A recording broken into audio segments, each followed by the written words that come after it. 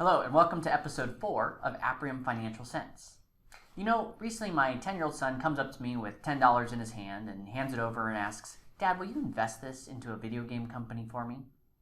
And a week or two later, my daughter comes up to me. She gives me $10 and asks if I would buy her some cryptocurrency. And so I went ahead and I matched each of them $20 total, put it in their accounts, and got it invested for them.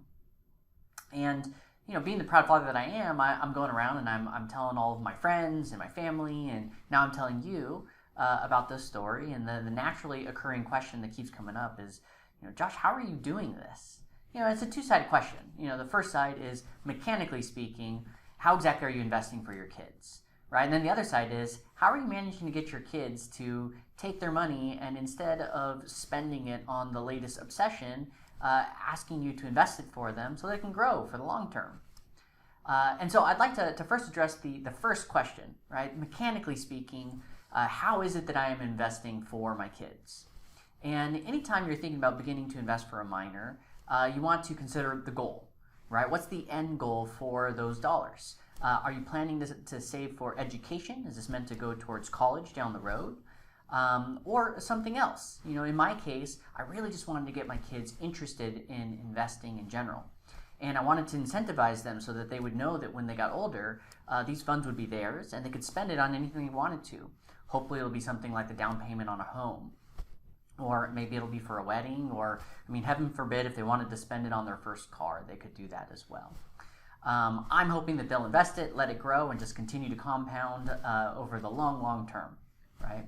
And so for me, I chose to open up what is called a UTMA account, or UTMA. You'll also hear these called custodial accounts.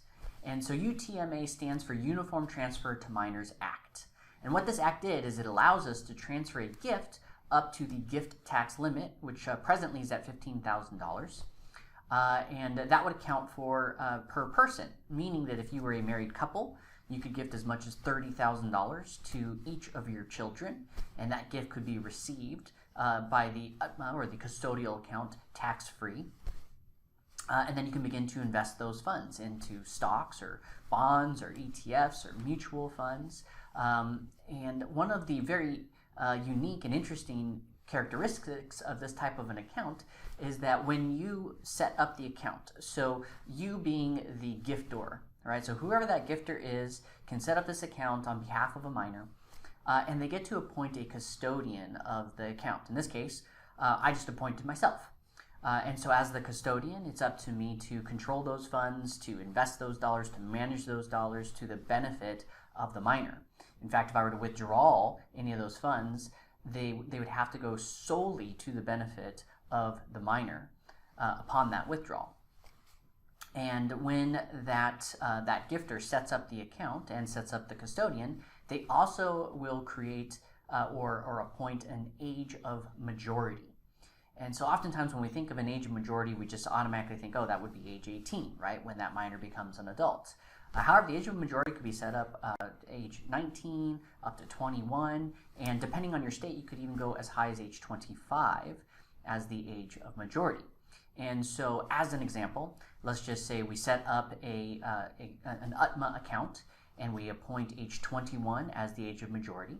That means that until that child reaches age 21, the custodian has complete control over the account and the management of those funds. However, upon reaching the age of majority, all rights to the account are transferred entirely over to that minor that's no longer a minor at this point, right? And they have complete control at that point in time, and the custodian is completely removed from the account. Now, granted, you could give them those funds early if you wanted to. So that allows us to essentially set up a date, and that date and time, we can allow the minor to know, okay, when you're 21 years old, all these funds will be yours. Something that's really important to know, because I talked about this in the beginning, right? When we're establishing our goal. So let's just say that that minor reaches the age where they're now applying for college, and when they go to apply for financial aid at college, up to 20% of the assets inside of the UTMA account can be counted when they go through that process of applying for financial aid. This is an asset of that minor, even though they don't have complete control over it yet.